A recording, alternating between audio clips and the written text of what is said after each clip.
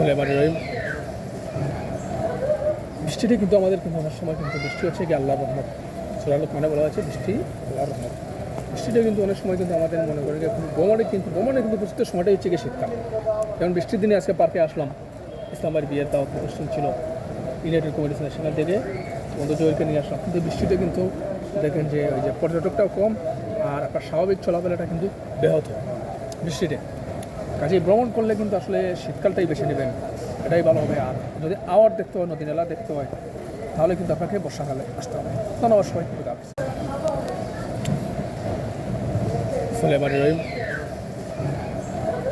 বৃষ্টিটা কিন্তু আমাদের কিন্তু অনেক সময় কিন্তু বৃষ্টি হচ্ছে কি আল্লাহর রহমত। সূরা লুকমানে বলা হয়েছে বৃষ্টি আল্লাহর রহমত।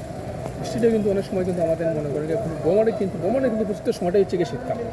যেমন বৃষ্টির দিনে আজকে পার্কে আসলাম, ইসলামের বিয়ের দাওয়াত অনুষ্ঠান ছিল, ইউনাইটেড কমিউনিটি সেখান থেকে বন্ধু জয়েলকে নিয়ে আসলাম। কিন্তু বৃষ্টিতে কিন্তু দেখেন যে ওই যে পর্যটকটাও কম আর আপনার স্বাভাবিক চলাফেরাটা কিন্তু ব্যাহত বৃষ্টিতে। কাজেই ভ্রমণ করলে কিন্তু আসলে শীতকালটাই বেছে নেবেন, এটাই ভালো হবে। আর যদি আওয়ার দেখতে হয়, নদী নালা দেখতে হয়, তাহলে কিন্তু আপনাকে বর্ষাকালে আসতে হবে। ধন্যবাদ সবাই।